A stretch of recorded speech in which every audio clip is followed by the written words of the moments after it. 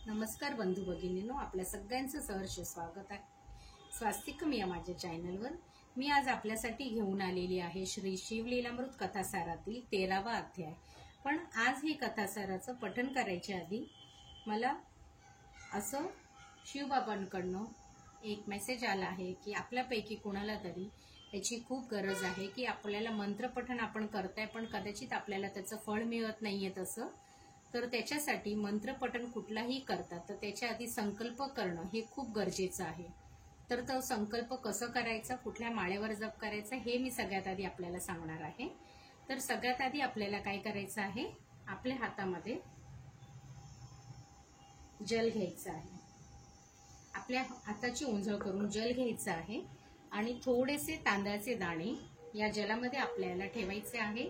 आपल्याला आपलं संपूर्ण नाव सांगायचं आहे, जम्मू-द्वीप महाराष्ट्र, आणि महाराष्ट्रामध्ये आपण कुठे राहता, आपल्या घराचा पत्ता, आणि आपलं नाव सांगून झाल्यावर आपल्या वडिलांचं नाव किंवा आपल्या नवऱ्याचं नाव हे आपण घेऊ शकता। आपण स्त्री असाल आणि लग्न झालेलं असेल तर आपण आपल्या नवऱ्याचं नाव घेऊ शकता। आपला पत्ता, आपलं गोत्र जर आपल्याला माहिती असेल तर गोत्र सांगायचं आहे, गोत्र माहिती नसेल तर आपण कश्यप गोत्र बोलू शकता।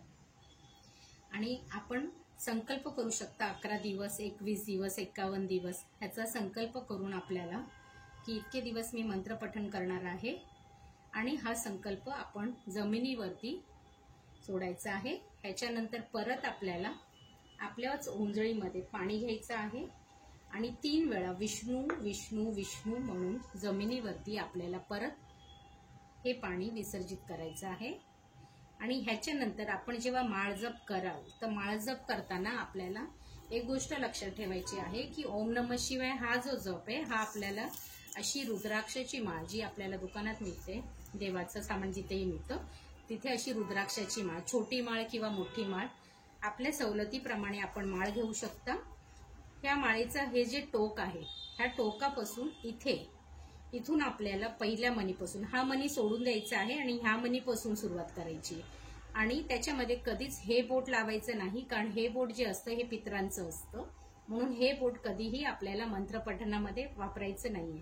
आपण कशी ही माळ धरू शकता अशी आपल्या तिसऱ्या अंगठ्यामध्ये, तिसऱ्या बोटामध्ये आणि चौथ्या बोटामध्ये अशीच आपल्याला माळ धरायची आहे आणि आपण मंत्रपठण करू शकता। कधीही मंत्रपठण तुम्ही कुठलंही कराल तर सगळ्यात आधी श्री गणेशाचं स्मरण करायचं आहे, कारण श्री गणेश हा प्रथम वंदनीय देव आहे। तर श्री गणेशाय नमः, त्याच्यानंतर आपण ओम नमः शिवाय, आणि आपल्याला आपल्याकडे ही माळ ओढायची आहे, म्हणजेच ओम नमः शिवाय, श्री गणेशाय नमः, ओम नमः शिवाय, ओम नमः शिवाय, ओम नमः शिवाय, ओम नमः शिवाय, ओम नमः शिवाय अशा प्रकारे आपल्याला पूर्ण माळ करायची आहे। ह्याच्यानंतर जर समजा आपल्याला शक्तीचंच म्हणजेच दुर्गा देवी हिचं सुद्धा आपल्याला जप करायचं आहे, तर जेव्हा तुमची ही पूर्ण माळ इथे संपेल, ही माळ संपून झाल्यावरती जसं तुमचं ही माळ पूर्ण संपून आता तुम्ही समजा अशी सुरुवात केली तर ही पूर्ण माळ तुमची अशी संपेल, आणि जेव्हा तुम्ही शेवटी ओम नमः शिवाय हा जप बोलाल तर आपल्याला ही माळ अशी फिरवून घ्यायची आहे, ठीक आहे। आणि मग आपण दुर्गाचा कुठलाही मंत्र जसं ओम दुर्गाय नमः किंवा ओम श्री रेणुकाय नमः, ओम श्री भवानी देव्य नमः, तुम्हाला जो काही, किंवा ओम एम रीम क्लीम चामुंडाय विच्चे हा कुठलाही मंत्र बोलायचा आहे, ते ही माळ फिरवून घेऊन समजा तुम्ही दुर्गा देवीचा किंवा असं कुठला मंत्र बोलत असाल तर तुम्ही ह्या माळेवर न करता अशी कमळगठ्ठ्याची जी माळ आहे ह्या माळेवरती हा जप करू शकता।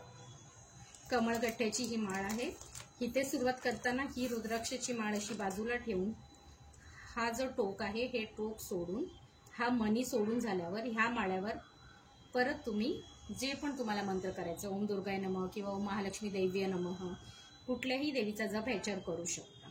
आणि जर तुम्ही काली मंत्र माताचा जर जप करत असाल तर तुम्हाला ओम नमः शिवाय जप करून झाल्यावर रुद्राक्ष माळावरच तुम्ही ओम एम रीम क्लीम चामुंडाय विच्चे हा काली माताचा मंत्र तुम्ही ह्याच माळेवरती बोलू शकता रुद्राक्षाच्या। आणि जेव्हा पण समजा तुम्ही ह्या माळ्यावरती ओम दुर्गाय नमः हा जप केलेला आहे तर हे करून झाल्यावर परत एकदा तुम्हाला ओम नमः शिवाय हा जप करणं अत्यंत गरजेचं आहे। तर आपण बघाल की आपलं जे मंत्रपठण आहे ते फलित होत आहे। तर मला वाटतं आपल्याला मी माळजपाबद्दल बरीपैकी माहिती दिलेली आहे. तर आपण आज आपल्या कथासारामध्ये सुरुवात करूया. ओम नमः शिवाय, ओम नमः शिवाय, ओम नमः शिवाय. आणि कधी सुद्धा आपल्याला आपली जी माळ आहे ही झाकून ठेवायची आहे, त्याला ओपन ठेवायचं नाहीये. ही माळ अशी कुठल्याही कपड्यामध्ये आपण झाकून ठेवू शकता. तर चला मग सुरुवात करूया आपल्या 13व्या अध्यायास. ओम नमः शिवाय, ओम नमः शिवाय. 13वा अध्याय.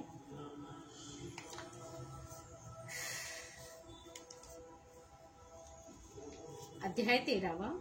दक्ष यज्ञाचा विध्वंस, श्रीपूरदहन, शिवपार्वती विवाह, स्कंदाचा जन्म, तारकासुराचा वध. श्री गणेशाय नमः. अपर्णेचा हृदयरूपी कमळात भ्रमर होऊन रमणारा शंकर हा मदनाचा शत्रू वा गजाननाचा पिता आहे. तोच ब्रह्मानंद स्वरूप सद्गुरू आहे. त्याच्या कृपा प्रसादानेच ही ग्रंथ निर्मिती होत आहे. त्याला नमस्कार असो. दक्ष यज्ञाचा विध्वंस. नैमिषारण्यात महामुनी सूत शौनकादी श्रोत्यांना अद्भुत रम्य शिवलीला वर्णन करून सांगतो आहे. ते म्हणाले, त्रेतायुगातील घटना आहे. दक्ष प्रजापतीने एका मोठ्या यज्ञाचे आयोजन केले होते. त्याने सर्व देवांना निमंत्रणे धाडली, पण शंकराला बोलवले नाही. शंकर हा त्याचा जावई, भवानीचा पती. विधी, हरी आणि इंद्रादिक समस्त देव ज्याची पूजा करतात त्या शंकराचे अद्भुत महात्म्य त्याने जाणलेच नव्हते. तो शंकराची अहोरात्र निंदा करायचा. म्हणायचा, शंकर माझा जामात आहे, याचेच मला वैषम्य वाटते. भवानीची निवड चुकली, त्याचे कौतुक वाटेल असे त्यात काय आहे. तो नरमुंडांच्या माळा गळ्यात काय घालतो, हत्तीचे ओले कातडे काय पांघरतो, दुर्गंधी कशी येत नाही का त्याला. तो स्मशानात काय राहतो, कवटी घेऊन भिक्षा काय मागतो, चिताभस्म काय फासतो. त्याचे स्वरूप अमंगल अघोर. त्याने सगळ्या अभद्र व अशुभ गोष्टीच जवळ केल्या आहेत. तो भूत समुदाय बाळगतो, अंगावर सर्प गुंडाळतो, योग्यता न पाहता कोणालाही काहीही देऊन टाकतो. त्याला चांगले कोण म्हणेल, तो भ्रष्टांचा शिरोमणी आहे. देव म्हणावे असा एकतरी गुण त्याच्यापाशी आहे का. सदा न कदा रागवलेला, भाळी तिसरा नेत्र, तोही आग ओकणारा. त्याची दाहकता त्रिभुवन जाळी की काय असेच वाटते. त्याच्या डोक्यावरून पाणी वाहते. तो कीर्तनात वाटेल तसा नाचतो. भक्ताला पाहिले की त्याला काय काम होते कोण जाणे. तो त्याला सर्वस्व देऊन टाकतो. दैत्यांचा वाटेल ते वर देऊन यानेच चढवून ठेवले आहे. त्याला लहान थोर कळत नाही. बैलावरून हिंडण्यात काय भूषण आहे हे त्यालाच ठाऊक. दक्ष शिवनिंदा का करीत असे ऐका. एके दिवशी दक्ष शंकराला भेटण्याची कैलासावर गेला होता. तेव्हा शंकराने उठून त्याचे स्वागत केले नाही, याचा दक्षाला अपमान वाटला. मनामध्ये राग धरून तो माघारी वळला. तेव्हापासून तो शंकराची निंदा करू लागला. तो त्याची पूजा करीत नसे, त्याला यज्ञातील हवी भार्गही देत नसे. मरण जवळ आले की अशी दुर्बुद्धी सुचते. जो शिवभजन करीत नाही तो पतितच होय. त्याला असंख्य विघ्ने नाडतात. त्याचे यज्ञ, याग, जप, तप, दान हे सर्व व्यर्थच होते. ज्याला शंकर आवडत नाही, जो त्याची निंदा करतो, त्या दृष्टाबद्दल काय बोलावे. तो चांडाळाहूनही हीन होय. त्याचा स्पर्श अपवित्र जाणावा. असो. दक्षाची कन्या दाक्षायणी ही मात्र मोठ्या आतुरेने माहेरच्या निमंत्रणाची वाट कैलासावर पाहत होती, पण बोलवणेच आले नाही. ती उदास झाली. शंकराला म्हणाली, माझ्या पित्याने महायाग करण्याचे ठरविले आहे. त्याने मला का बोलवले नाही. कदाचित विसरले असतील. तेथे माझ्या सर्व बहिणी येतील, त्यांना भेटता येईल. घरच्या कार्याला आमंत्रण कशाला हवे, मी स्वतःच तेथे जाईन म्हणते. शंकर तिला समजवीत म्हणाले, प्रिये माझे ऐक, तू तेथे मुळीच जाऊ नकोस. तुझा पिता माझा द्वेष करतो, माझी निंदा करण्याची एकही संधी सोडत नाही. तू गेलीस तर तो तुझा अपमान करेल. ज्याच्या मनात आपल्याविषयी प्रेम नाही त्याचे तोंड कधीही पाहू नये. त्या दोघांचे असे संभाषण चालले असताना नारदाचे तेथे आगमन झाले. ते भवानीला म्हणाले, माते, पित्यांच्या घरी जाण्यासाठी आमंत्रण कशाला हवे. तुला तेथे जावेसे वाटते ना, मग जा. तेव्हा दाक्षायणी काही भूतगणांना बरोबर घेतले आणि नंदी बरोबर आरूढ होऊन त्वरेने दक्षाच्या घरी आले. तेथे यज्ञासाठी मोठा मंडप उभारण्यात आला होता. त्यात अनेक ऋषी व देव आपापल्या स्थानी बसलेले होते. दक्षाने त्या सर्वांना मानाची आसने दिली होती. तेथे शंकरासाठी एकही आसन नव्हते. दक्षाने त्या सर्वांची पूजा केली, प्रत्येकांना सन्मान केला, यज्ञास आरंभ केला. मध्यभागी स्थापलेल्या यज्ञकुंडात दक्ष आहुती टाकू लागला. सर्वत्र धूर पसरला. दाक्षायणी यज्ञ मंडपात प्रवेश केला. तिला पाहून सर्व उपस्थितांनी आनंद झाला. दक्षाने मात्र कपाळास आटाळ घातल्या. तिचे येणे त्याला जराही आवडले नव्हते. त्याने तोंड फिरवले. ती जवळ आली तरी तिच्याकडे पाहिले नाही. धूर डोळ्यात गेल्यामुळे आपण त्याला दिसलो नाही असे तिने स्वतःला समजवले. तिने आईकडे पाहिले. आईने तिच्याकडे बघून न बघितल्यासारखे केले. या समारंभाच्या दाक्षायणी गडबडीत तिचे आपल्याकडे लक्ष गेले नसावे असा विचार करून ती गप्प बसली. तिचे लक्ष आपल्या भगिनीकडे गेले. दक्षाने त्यांचा मोठा सन्मान केला होता. या सर्व जणी नटून थटून मिरवत होत्या. त्यांनाही दाक्षायणीकडे दुर्लक्षच केले. कोणी साधी विचारपूसही केली नाही. शिवदेष्टा दक्षाला ती व तिचा पती डोळ्यासमोर नको असे वाटत होते. आपली मुलगी न बोलिता आली याचा त्याला मनोमनच राग आला होता. दाक्षायणी म्हणजे आदिमाया, साक्षात प्रणव रूपिणी, अनंत ब्रह्मांडाची स्वामिनी. मनात आणले तर विश्व पसारा क्षणार्धात लुप्त करेल असे तिचे अगाध सामर्थ्य. दक्ष आणि त्याचा परिवार तिचा हेत पुरस्पर अपमान करीत होता. हे सर्वांचे लक्षात आले. आता काय होणार या कुशंकेने ते धस्तावले. तो अपमान दाक्षायणीला सहन झाला नाही. अशी उपेक्षा सोसण्यापेक्षा देहत्याग केलेला बरा असा विचार करून तिने सर्वांच्या देखत धगधगत्या यज्ञकुंडात उडी घातली. तेव्हा ब्रह्मांडात एकच हल्लाखोळ उडाला. विजा कोसळू लागल्या. भयंकर धरणीकंप झाला. शेष डगमगला. वैकुंठास हादरे बसले. कैलास डगमगला. कृतांतास धडकी भरली.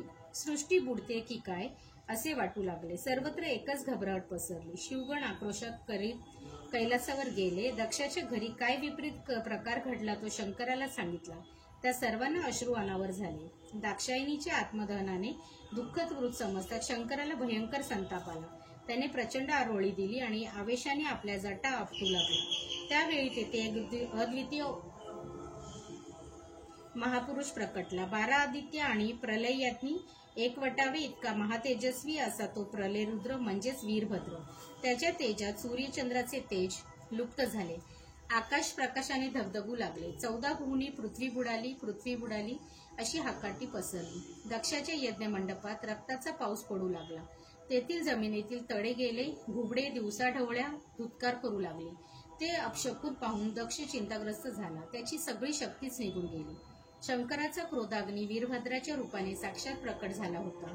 त्याच्या पुढे कोणाचीच मिजाज चालणार नव्हती. शंकराला वंदन करून तो 21 पद्मे दळभारासह दक्षाच्या समाचारासाठी आवेशाने धावत निघाला.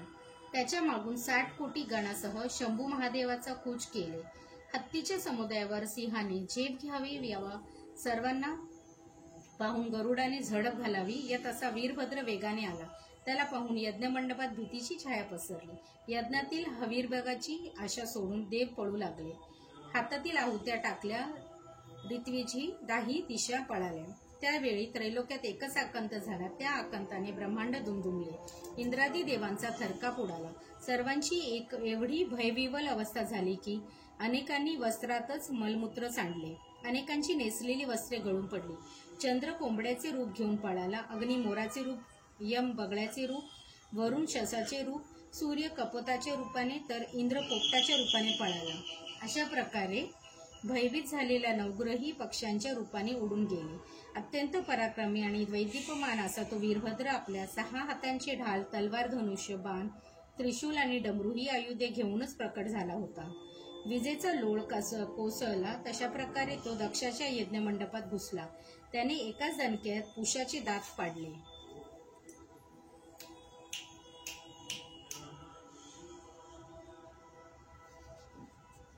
भगदेवाचे डोळे फोडले. ऋत्विजांच्या दाढी मिशा उपटल्या. अनेकांना उचलून आपटले.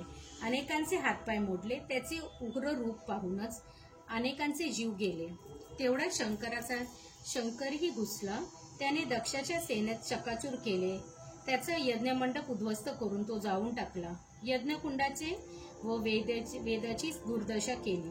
ब्रह्मदेव आणि इंद्र यांनी केव्हाच पलायन केले होते. दक्ष थरथर कापत उभा होता. त्याला पाहताच वीरभद्राच्या तळपायाची आग मस्तकात गेली. महामूर्खा, तू शिवाची निंदा करतोस, मग भोग ही शिक्षा असे म्हणून त्याने तलवार उपसली आणि क्षणार्धातच त्याचा शिरछेद केला. दक्षाचे शिर उंच उडून खाली कोसळले. ते वीरभद्राने पायाखाली तुडविले. दक्षाच्या मृत्यूचे सर्व देव शोकाकुल झाले.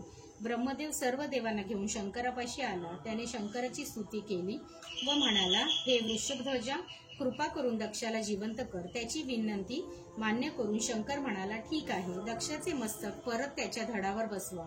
पण वीरभद्राने ते पायाखाली दाबून ठेवले होते, ते तो देईना. मोठ्या गर्जना करून तो म्हणाला, तुम्ही माझ्याकडे येऊच नका, मी दक्षाचे शिर देणारच नाही. हा शिवद्वेष्ट आहे.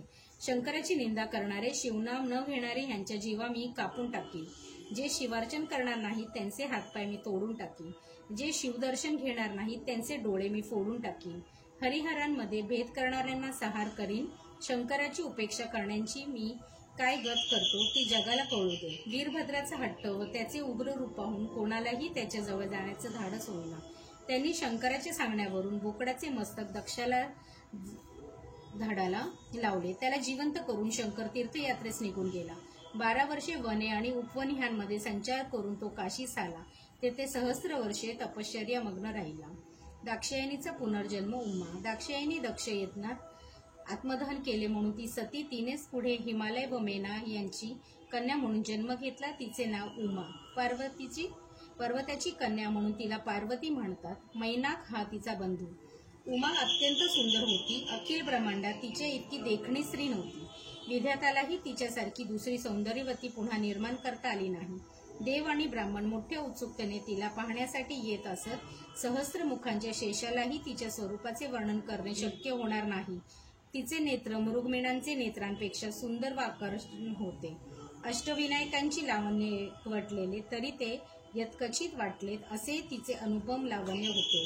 तिच्या मुखाचे तेज चंद्रालाही लज्जित करील असे होते. तिचा कटिभाग सिंहकटीनुहूनही कमनीय होता. ती अतिशय सुकुमार व घनश्यामल वर्णाची होती. इंद्रनील मण्याच्या प्रभेची मोहक होती मूर्ती सुजवून. तिच्या दंतप्रभेने पाषाणांची दिव्यरत्ने होत. ती बोलली तर रत्नांचा सडा पडे. तिच्या पाऊलखुणा उमटतील तेथे दिव्य कमळे उत्पन्न व्हायची. तिचा अंगसुगंध दशदिशांना पसरायचा. त्या सुवासाने वसंत मुग्ध व्हायचा. कोट्यवधी मदनांचे सौंदर्य वळून टाकावे असे होते तिचे अद्भुत लावण्य. असो, अशा प्रकारे ब्रह्मादी देवांना गर्भात धारण करणारी, वेद पुराणांना वंदनीय, अनंत शक्तींची स्वामिनी, भक्त भयहारिणी देवी जगदंबा उमेच्या रूपाने कैलासाहून भूलोकी अवतरली होती. हिमनागाची ही कन्यका लहानपणापासूनच शंकराची नित्य आराधना करीत असे. कालांतराने शंकर नंदीसह हिमालयात आला. तेथील एकांतात तपश्चर्या करू लागला. त्याच्या आगमनाचे वृत्त कळताच हिमालय त्याच्या दर्शनास आला. त्याने शिवाला वंदन करून त्याची पुष्कळ स्तुती केली. मग पार्वतीही सख्यांसह त्यांच्या दर्शनास येऊ लागली. ती शंकराची जमेल तशी सेवा करायची, त्याची पूजा करायची, त्याचे स्तवन करायची. पण शंकर नेहमी समाधीमग्न असे. आपल्या स्वामीच्या तपश्चर्येत कोणी बाधा आणू नये म्हणून नंदी गुहेच्या द्वारावर सावधपणे पहारा द्यायचा. तारकासुराच्या पुत्रांना वरप्राप्ती. तारकासुराला तारकाक्ष, विद्युन्माली व कमलोचन असे 3 पुत्र होते. त्यांनी घोर तपश्चर्या करून शंकराला प्रसन्न करून घेतले होते. हे तिन्ही बंधू रोज 1000 कमळे वाहून शंकराची पूजा करीत असत. एकदा एक फूल कमी पडले म्हणून त्यांनी आपले डोळेच काढून वाहिले. पुन्हा एकदा कमळे कमी पडले म्हणून तेव्हा त्यांनी आपली शिरकमलेच अर्पण केली. त्यांची ती पराकोटीची भक्ती पाहून शंकर संतुष्ट झाला. त्याने तिघांना जिवंत केले. त्यांना अपेक्षित वर दिले. त्यामुळे ते त्रिभुवनात श्रेष्ठ झाले. ब्रह्मदेवानेही प्रसन्न होऊन त्यांना अंतरिक्षात संचार करणारी 3 पुरे दिली. देवांची सहस्त्र वर्षे झाल्यावर जो धनुर्धर ही निमिषनात नेमके शरसंधान करील तोच या 3 पूर्वासंकट तुमचा संहार करू शकेल असाही एक वर त्याच वेळ दिला. शिवाच्या आणि ब्रह्माच्या वरदानाने तारकासुराचे हे 3 पुत्र फारच उन्मत्त झाले. त्यांनी त्रिभुवनात उच्छाद मांडला. देवांना पळवून लावले. पृथ्वीवर अनंत अत्याचार केले. त्यांचा त्रास असह्य झाला तेव्हा देव आणि ऋषी विष्णूला शरण गेले. त्यांनी त्या सर्वांना शंकराकडे नेले आणि त्यांची शंकराची स्तुती केली. तेव्हा प्रसन्न झालेल्या शंकराने त्यांना वर मागण्यास सांगितले. देव आणि ऋषी यांनी त्याला तारकासुराच्या पुत्रांना तो जो भयंकर गोंधळ घातला होता त्याचे समग्र वृत्त सांगितले आणि त्यांचा बंदोबस्त करण्याची विनंती केली. त्रिपुर दहन. शंकर म्हणाला, त्रिपुरासुरांचे मर्दन करण्यासाठी मला एक दिव्य रथ हवा. ती मागणी मान्य करून देवांनी पृथ्वीचा रथ केला. मंदर पर्वत हा त्याचा आस होता. त्याच्या दोन्ही बाजूंना चंद्र व सूर्य ही चाके जोडली. 4 वेद हे त्याचे अश्व झाले, 4ही पुरुषार्थ भक्कम स्तंभ झाले. पुरानं रथाचे तटबंध केले, उपपुराणाने हेच खिळे ठोकण्यात आले. त्याला शास्त्रांचे रश्मी वलावले, कनकाद्री धनुष्य झालं. त्याला शेषाची दोरी जोडण्यात आली, विष्णू हाच बाण झाला. ब्रह्मदेवाने त्याचे सारथ्य केले. त्या दिव्य रथावर शंकर आरूढ होताच तो रसातळाला जाऊ लागला. सर्वांनी खूप प्रयत्न केला, पण तो वर येईना. तो नंदीने आपल्या शिंगाने बलपूर्वक वर काढला. मग शंकराने एक पाय रथात व एक पाय नंदीच्या पाठीवर ठेवून पुढे कूच केला. भयंकर रणसंग्राम करून त्रिपुरांच्या सेनेचे प्रचंड संहार केला. त्या असुरांकडे अमृताची कुंडे होती. ते अमृत शिंपून त्रिपुर दैत्य आपल्या सेनेला पुन्हा जिवंत करू लागले. त्यामुळे शंकराचा पराक्रम व्यर्थ ठरू लागला. अमृत कुंडाचे रहस्य कळता शंकराने मेघास्त्राची योजना करून ती कुंडेच बुडवून टाकली. ही तिन्ही पुरे अंतराळात भ्रमण करीत असल्याने त्यांना एकाच वेळी लक्ष्य करणे शंकराला शक्य होत नव्हते. अशी 1000 दिव्य वर्षे लोटली. लक्षवेधी घेण्यासाठी उत्सुक असलेल्या शंकराने क्षणभरी डोळ्यांच्या पापण्या मिटल्या नव्हत्या. त्याच्या डोळ्यातून जलबिंदू पडू लागले. त्यांचे रुद्राक्षस झाले. अंगातून घामाच्या धारा लागल्या. त्याची भीमा नदी झाली. त्रिपुरांच्या स्त्रिया थोर पतिव्रता होत्या, म्हणून त्या असुरांचा शंकराशी युद्ध करूनही पराजय होत नव्हता. ही गोष्ट विष्णूच्या लक्षात आली.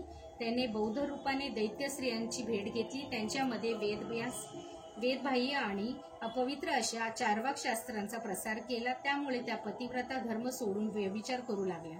म्हणून त्यांच्या पुण्याईचे पाठबळ संपले. दैत्यांचे मनोधैर्य कमी झाले. इकडे शंकराने धनुष्यावर अत्यंत द्वैदीप्यमान असा विष्णुबाण चढविला. त्याच्या जोडीला पाशुपतास्त्रांनी योजना केली. त्या अस्त्राच्या ठाई 7 कोटी मंत्रांचे तेज एकवटले होते. सहस्र सूर्यांचे एकत्रित द्वैदीप्यमान महातेजस्वी असणारे ते अस्त्र म्हणजेच कृतांताची लवलवती जिव्हाळा होती. शंकराने न्यासासहित विधियुक्त मंत्रजप करून ते दिव्य अस्त्र सोडले तेव्हा विश्वसंहाराच्या कल्पनेने देव आणि दैत्य भयभीत झाले. नवखंड पृथ्वी हादरली. आकाशमंडळ दुमदुमले. सहस्त्रवधी विजांचा एकत्रित कडकडाट व्हावा असा प्रचंड निनाद करीत ती अस्त्रशक्ती पुढे झेपावली. तेव्हा समुद्रात महाकाया लाटा उठल्या. बलाढ्य महावीर प्राणभयाचे मूर्छित पडले. देवानी विमानातून पळ काढला. असुर पर्वतांच्या दऱ्याखोऱ्यात लपले. त्या दिव्य अस्त्राने तारकापुरात पुत्रांची तिन्ही पुरे क्षणार्धात जाळून टाकली. शिवाच्या तृतीय नेत्रातील प्रलय अग्नी यास सहाय्यभूत झाला. त्रिपुरांचे नाशाने देवांना अत्यानंद झाला. त्यांनी शंकराची अपार स्तुती केली. मदनाचे दहन. तिकडे पुत्रांच्या मृत्यूने तारकासूर भयंकर संतापला. त्याने अनवंचित अत्याचार केले. देवांना पळवून नेले. चंद्र सूर्य धरून नेले. गंगेला वळवून भलतीकडेच नेले. अप्सरा व देवश्रेया यांना आपल्या दासी करून ठेवल्या. यातून मार्ग काढायचा तरी कसा? ब्रह्मदेव, विष्णू आणि इंद्र एकांतात विचारविनिमय करू लागले. तारकासूर बलाढ्य आहे. शिव आणि उमा यांच्या पुत्रांकडूनच त्याचा वध होणार हे विधिलिखित आहे. दाक्षायणी आत्मदहन केल्याने शंकर वियोगाने विरक्त झाला आहे. कठोर तपश्चर्या करीत आहेत. पार्वती दाक्षायणी आहे. ती त्याची पतिभावनेने सेवा करीत होती. त्याच्या मनात उमेविषयी प्रेम आणि तिच्या सहवासाची उत्कंठा निर्माण झाल्याशिवाय त्यांना पुत्र कसा होणार? हे महत्वाचे कार्य कोण करील? मग त्यांनी मदनाला पाचारण केले. त्याला सर्व वस्तुस्थिती सांगितली व पुढे म्हणाले, शंकर हिमालय तपश्चर्या करीत आहे. तू त्याला बोलवून त्याच्या मनात उमेविषयी कामना निर्माण कर. त्यांची विनंती मान्य करून मदन रतीसह शंकराजवळ आला. रतीने उमेच्या मनात प्रवेश केला. त्यावेळी वसंत सहाय्यभूत झाला. त्याने सर्व वन परिसर प्रफुल्लित केला. वृक्षवेली फुलाफळांनी डवरल्या. वारा मंद सुगंध पसरवू लागला. पक्षी मधुर कुंजन करू लागले. त्याच संधीत मदनाने आपला प्रभाव दाखविला. शंकर कामप्रेरित झाला. त्याच्या समाधीत विक्षेप उत्पन्न झाला. काही केला मन एकाग्र होईना. त्यावेळी आपल्या स्वामीच्या समाधीत व्यत्यय येऊ नये म्हणून नंदी किलबिलाट करणाऱ्या पक्ष्यांना हाकली दूर करू लागला. पण व्यत्यय आलाच. शंकराने डोळे उघडून पाहिले. समोर मदन उभा होता. कामातूर उमा त्याच्या मागे उभी होती. शंकराने ओळखले हे मदनाचेच कारस्थान आहे. त्यानेच तपश्चर्यात विघ्न आणले. त्याने संतापाने तृतीय नेत्र उघडला. त्यातून प्रकटलेल्या अग्निज्वाळांना मदनाला जाळून भस्म केले. ती फाल्गुन पौर्णिमा होती. तेव्हापासून त्या तिथीला हुताशनी पौर्णिमा म्हणतात. त्यावेळी मदनाचा उपहास करताना शिवगणांनी मोठा गोंगाट केला होता. तेव्हापासून होळीच्या दिवशी बोंबा मारण्याची प्रथा सुरू झाली. शिव पार्वती विवाह. मदनाचे दहन करून शंकर त्वरेने कैलासावर निघून गेला. रती अनावर शोक करू लागली. इंद्राने तिचे सांत्वन केले. तो म्हणाला, पूर्वी ब्रह्मदेवाच्या मनात स्वतःच्या कन्येविषयी भोगवासना निर्माण झाली, त्याबद्दल त्या मदनाला तू शंकराच्या दृष्टीपाताने भस्मसात केले होशील असा शाप दिला होता. तो आज प्रत्यक्षात भोगावा लागला. पण तू काळजी करू नकोस. तुझा पती द्वापार युगात कृष्ण पुत्र प्रद्युम्न म्हणून जन्म घेईल, तेव्हा तुमचे पुनर्मिलन होईल. तोपर्यंत तो मनोमय रूपाने कार्य करेल. ते ऐकून रतीचे समाधान झाले. ती स्वस्थानी निघून गेली. इकडे उमेने शिवप्राप्तीसाठी घोर तपश्चर्या आरंभली. तेव्हा सप्तश्रींनी शंकराची भेट घेतली व म्हणाले, दाक्षायणी हिमालयाची कन्या म्हणून जन्म घेतला आहे. तिने मनाने तुलाच वरले आहे असून सध्या ती तुझ्या प्राप्तीसाठी तपश्चर्या करीत आहे. तू तिचा स्वीकार कर. तेव्हा शंकर उमेची परीक्षा घेण्यासाठी बटुरूपाने तिच्या पाशी आला व म्हणाला, तू येथे कशासाठी तपश्चर्या करीत आहेस? पार्वती म्हणाली, कैलासनाथ शंकर हे माझे पती व्हावेत अशी माझी मनोमन इच्छा आहे. बटू, तू एवढी सुंदर, सुकुमार आणि वैभव संपन्न व हिमालयाची कन्या, तू त्या शंकरामध्ये काय पाहिलेस? त्या भिकाऱ्यासाठी कशाला एवढा त्रास करून घेतेस? तो उग्र आहे, संतापी आहे. तो गजचर्म काय पांघरतो, सिंहाचे कातडे काय नेसतो, अंगावर सर्पांना काय खेळवितो, स्मशानात काय राहतो, भूतांमध्ये काय वावरतो. त्याच्याविषयी चांगले बोलावे असे त्याच्यात काहीच नाही. पण विष्णूकडे बघ, तो सुंदर आहे, ऐश्वर्य संपन्न आहे, विलासी आहे. तोच तुझ्यासाठी योग्य वर आहे. तू त्याच्या प्राप्तीसाठी का प्रयत्न करीत नाहीस? ते ऐकून उमेला संताप आला. ती चवताळून बटूला म्हणाली, अरे दृष्टा, शिवाची निंदा करतोस? तुझ्यासारखा पापी तूच. आधी येथून चालता हो. मला तुझे तोंडही पाहायचे नाही. तुझ्यासारख्या दुराचार्यांची सावली सुद्धा नको. तू ब्राह्मण आहेस म्हणून नाही तर मी तुला चांगली शिक्षा केली असती. तो तिचा आवेश पाहून शंकर बटुरूप टाकून निज स्वरूपात प्रकट झाले. त्यावेळचा उमेचा आनंद काय वर्णन करावा. शंकराचा जय जयकार करून तिने त्याचे पाय धरले. शंकर म्हणाला, उमा, मी तुझ्यावर प्रसन्न आहे. जे वरदान हवे ते मागून घे. उमा म्हणाली, हे जगदामन, तुझी पत्नी म्हणून माझा स्वीकार कर. ते मान्य करून शंकराने प्रस्थान केले. उमाही आनंदाने घरी परतली. काही दिवसांनी शंकराने सप्तऋषींना हिमालयाकडे पाठविले. त्यांनी त्या सर्वांना उत्तम आदर सत्कार केला व येण्याचे कारण विचारले. सप्तऋषी म्हणाले, तुझ्या कन्येची तपश्चर्या सफल झाली आहे. कैलासनाथ तिचे पाणी ग्रहण करण्यास तयार आहे. अरुंधती तेथे आली होती. उमेला पाहून ती म्हणाली, हिमालय महाराज, या तुमच्या देखण्या कन्येची निवड अगदी चोख आहे बरं. शिवपार्वतीचा जोडा अगदी शोभून दिसेल. ते ऐकून सर्वांना हसू आले. सप्तऋषींनी विवाहासाठी चैत्र शुद्ध अष्टमी मन्वंत सन्वंतर ही तिथी निश्चित केली आणि ते स्वस्थानी परतले. हे वृद्ध देवतांना कळताच त्यांना आनंद गगनात मावेना. कधी एकदा शिवपार्वतीचे लग्न होते, कधी त्यांना पुत्र होतो आणि कधी तो तारकासुराचा वध करतो, अशी तीव्र उत्कंठा त्यांना लागली होती. शंकराने निमंत्रणासाठी नंदीला पाठविले. तेव्हा देवांना घेऊन इंद्र आला, लक्ष्मीसह विष्णू आला, सावित्रीसह ब्रह्मदेव आला, 88 सहस्त्र ऋषी आपल्या शिष्यांसह आले, सिद्ध आले, चारण आले, गृह पितृगण, मरुद्वन, अष्टवसु, 11 रुद्र, 12 आदित्य, यक्षनायक सर्व आले. गंधर्व, किन्नर, लोकपाल, नवग्रह, अष्टनायिका ही सर्व मंडळी आली. त्यांच्या वाहनांची कैलासावर दाटी झाली. शिवपार्वतीच्या लग्नाला उपस्थित राहण्याचे भाग्य लाभले म्हणून सर्वजण आनंदात होते. मग सर्व देव ऋषी आपला गणपरिवार व भूतागणांसह शंकर हिमालयाकडे आला. नगेंद्राने स्वतःचे सामोरे जाऊन त्या सर्वांना आदर सत्कार केला. त्यांना निवासासाठी सुवर्णाचे प्रसाद दिले. विवाहाचा मंडप खूपच विस्तीर्ण, तेजस्वी आणि शोभिवंत होता. त्यावेळी शंकराचे स्वरूप पाहून वधूकडील वराडी मंडळी विस्मित झाले. त्यांच्यात कुजबूज सुरू झाली. हा वर किती वृद्ध आहे, जणू अनादी पुराण पुरुष. हा तर गुणरहित दिसतो. त्याच्या तुलनेत आमची नवरी किती सुंदर आहे, सद्गुणांची साकार मूर्ती जणू. असो, शिवपार्वतीच्या विवाहाचे मंगलप्रसंगी कसलीही कमतरता राहू नये म्हणून ब्रह्मदेवाने सर्व प्रकारची सिद्धता आधीच करून ठेवली होती. नवविधी आणि अष्टमहासिद्धी स्वतः राबत होत्या. देवक बसल्यानंतर हिमालय बोलवणे घेऊन आला. त्याने नवऱ्याला वाजता गाजता मिरवणुकीत लग्नामंडपात आणले. तेथे वरपूजन व मधुपर्कादी सर्व विधी झाल्या. लग्नघटिका जवळ आली. शृंगारलेल्या वधूला मंडपात आणण्यात आले. तिला पटाआड उभी केली. सूर्याने लग्नाला मुहूर्त पाहिला. बृहस्पतीने मंगलाष्टके म्हटली. वराडी मंडळी मंगल अक्षता टाकू लागली. पट दूर झाला. वधूवराने एकमेकांना पुष्पहार घातले. लग्न झाले. मंगलवाद्यांचे निनाद आसमंती उभरून गेले. ब्रह्मदेवाने पुण्यावाचन केले. शंकराने पार्वतीचे यथाविधी पाणी ग्रहण केले. वधूवरांनी होमाला प्रदक्षिणा घातल्या. अशा प्रकारे सर्व याज्ञिक कृत्य करून झाली. तोपर्यंत कोणालाही नवरीचे प्रत्यक्ष दर्शन झाले नव्हते. पण होमाभोवती फेरे घालताना उमेची पदनखे ब्रह्मदेवाच्या दृष्टीस पडली. त्याचे अनुपम सौंदर्य पाहून ब्रह्मदेव काम प्रेरित झाला आणि संकल्पने सृष्टीचे सर्जन करणाऱ्या त्या विधात्याने अमुक तेज वीर्य अर्थात सर्जन शक्ती सखलित झाले. त्यापासून 60,000 वालिख्य ऋषी उत्पन्न झाले. ते पाहून शंकराला क्रोध आला. ब्रह्मदेवाला स्वतःवर नियंत्रण ठेवता आले नाही म्हणून त्याने त्याचे 5वे मस्तक छेदले. ब्रह्मदेव चतुर्मुख झाला. ते पाहून लग्न मंडपात एकच हाहाकार झाला. तेव्हा ब्रह्मदेवाकडून सृष्टी निर्मितीचे कार्य अखंड चालू राहील असे सांगून विष्णूने सर्वांना शांत केले. असो, तो विवाह सोहळा 4 दिवस चालला होता. हिमाद्री सर्व देवतांना व मान्यवरांना वस्त्रालंकाराने यथोचित गौरव केला. पार्वतीला घेऊन शंकर कैलासावर परतला. स्कंदाचा जन्म. काही दिवसांनी सर्व देवांनी शंकराची भेट घेतली व म्हणाले, हे उमापते, तू निष्कृपेने मदनाला जिवंत करून त्याच्या वाचून विश्वामधील उत्पत्तीचे कार्य खुंटले आहे. ती विनंती मान्य करून शंकराने मदनाला शरीरविरहित असून उत्पन्न केले. तो मनोरूपाने कार्यरत झाला. तारकासुराने सर्व जग स्वर्ग जाळून टाकले होते. मोठा उच्छाद मांडला होता. त्याचा वध होणे अत्यावश्यक होते. सर्व देव शिवपुत्रासाठी आतुरलेले वाट पाहत होते. अशी 4 युगे लोटली. एवढा प्रदीर्घ कालखंड एकमेकांच्या सहवासात एकांतात रममाण होऊनही पार्वतीस पुत्र झाला नाही.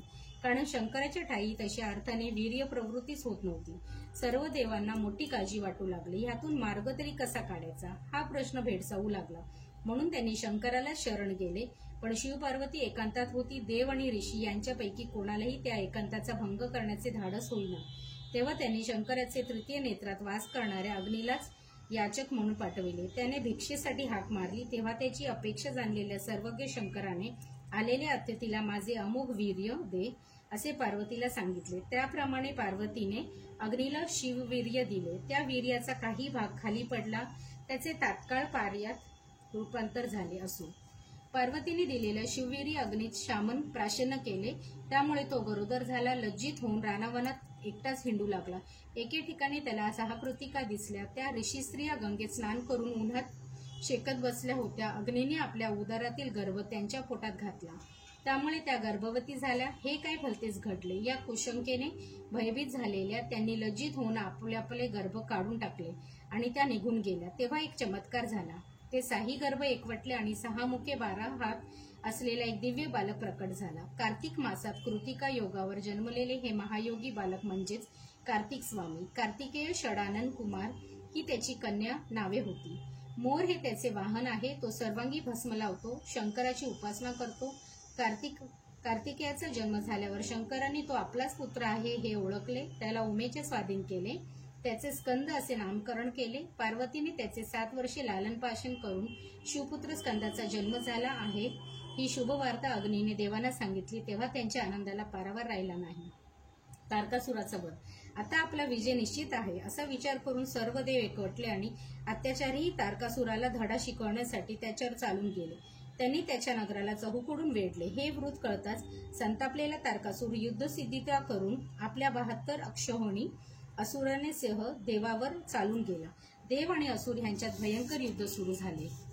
इकडे इंद्राने स्कंदाने भेट घेतली. त्याला तारकाच्या कुकर्माची कल्पना दिली. त्याला देवांचे सेनापती म्हणून अभिषेक केला. स्कंद दिव्य रथात आरूढ झाला. इंद्रासह अतित्वरेने युद्धभूमीकडे निघाला. तेथे निकारांची युद्ध चालले होते. दैत्यापुढे देवांची हार होती.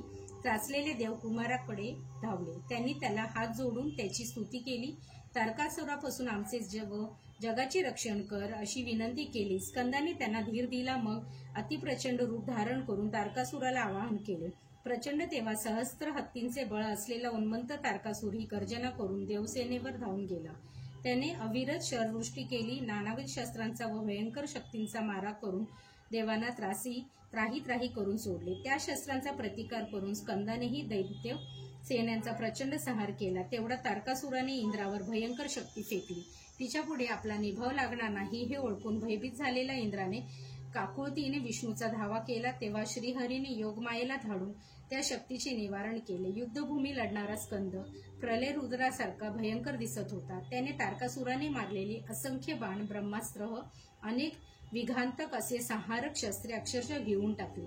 आपल्या मंत्रविद्येचा व शस्त्रांचा काहीच उपयोग होत नाही हे लक्षात येताच तारकासुराने स्कंदास मल्लयुद्धाचे आवाहन केले. संतापलेला स्कंद गगनभेदी गर्जना करून रथातून उतरला.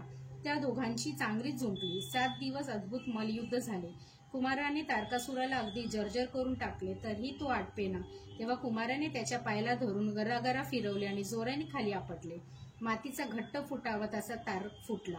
तारकासूर मेला. देवानी कुमाराचा जय जयकार केला. त्यांच्या फुले उधळली. 14 भुवनी आनंदी आनंद झाला. इंद्र दुधुंबी वाजवू लागले. त्याने 7 वर्षाच्या स्कंदाला देवसेनेचे सेनापती पद दिले. मग तारकासूर सर्व नगर लुटले. देवस्त्रियांना व अप्सरात मुक्त केल्या. देवानी सोडविले. दैत्यांची नेलेली सर्व संपत्ती व मौल्यवान वस्तू परत मिळाल्या. विजयी कुमार स्कंद शिव पार्वतीच्या दर्शनासाठी वाराणसी गेला. त्यांना आपला पराक्रम सांगितला. त्यांच्याजवळ राहून त्यांची सुख दिले. शिव आणि पार्वती यांनी त्याची थाटामाटात मुंज केली. त्यानंतर तो तीर्थयात्रेस गेला. एकांतात तपश्चर्या केली. विविध अनुष्ठाने केली. काही वर्षांनी तो परत आला. एके दिवशी शिव पार्वती त्याला म्हणाले, कार्तिकेय, आता तू मोठा झाला आहेस. एखादा अनुरूप स्त्रीशी विवाह करून गृहस्थाश्रमाचा स्वीकार कर. स्कंद म्हणाला, आई, स्त्रिया कशा असतात? मी आजपर्यंत एकही स्त्री पाहिलेली नाही. याला काय उत्तर द्यावे? पार्वती विचारात पडली. मग त्याला सोप्या भाषेत समजावून सांगताना ती म्हणाली, स्कंद, मी एक स्त्री आहे. अन्य स्त्रियाही माझ्यासारख्याच असतात. स्कंद म्हणाला, असं आहे? मग त्याही मला मातेसमानेच आहेत. मग तो थांबलाच नाही. येथे थांबलो तर आपली आई हर प्रयत्नाने आपल्याकडे प्रपंचावेत अडकवेल असा विचार करून तो एका खोल गुहेत जाऊन लपला. पार्वती त्याला धरण्यासाठी धावली, पण तो हाती लागला नाही. तिला खूप दुःख झाले. भूमीवर अंग टाकून ती रडू लागली. कुमाराने बाहेर यावे म्हणून त्याची मनधरणी करू लागली. म्हणाली, बाळा, बाहेर ये. तुला डोळे भरून पाहू दे. मला वात्सल्याने पाना फुटला आहे. हे सण मी कोणाला पाजू? तेव्हा पार्वती ऐकत नाही म्हणून स्कंदाला राग आला. तो तिला म्हणाला, आई, तुझे दूध तुझ्यापाशीच ठेव. पुढे येण्याची जराही प्रयत्न करू नकोस. यापुढे जी स्त्री माझ्या दर्शनास येईल ती सप्तजन्मी विधवा होईल. पण जो पुरुष कार्तिक मासात कृतिका योगात असताना माझे दर्शन घेईल तो सप्तजन्म मोठा भाग्यवान होईल. तो कोणत्याही जातीचा वा जातीबाहेरचा असला तरी धनाढ्य, वेदपारंगत व पुरुषार्थी आंबेचा उपायच खुंटला.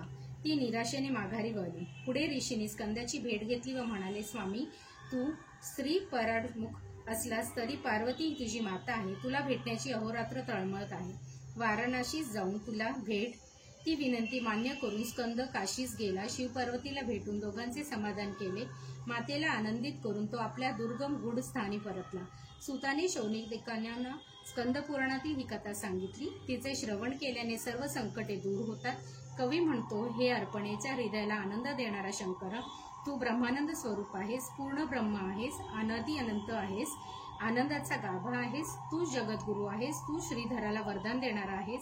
स्कंद पुराणातील ब्रह्मोत्तर खंडात असलेल्या शिवलीलामृत या महान ग्रंथाचा हा 13वा अध्याय अतिशय गोड आहे. सज्जनांनी तो नित्य श्रवण पठण करावा. अध्याय 13 समाप्त. श्री सांब सदाशिव पर्णमस्तु. शुभम भवतु, शुभम भवतु, शुभम भवतु. ओम नमः शिवाय.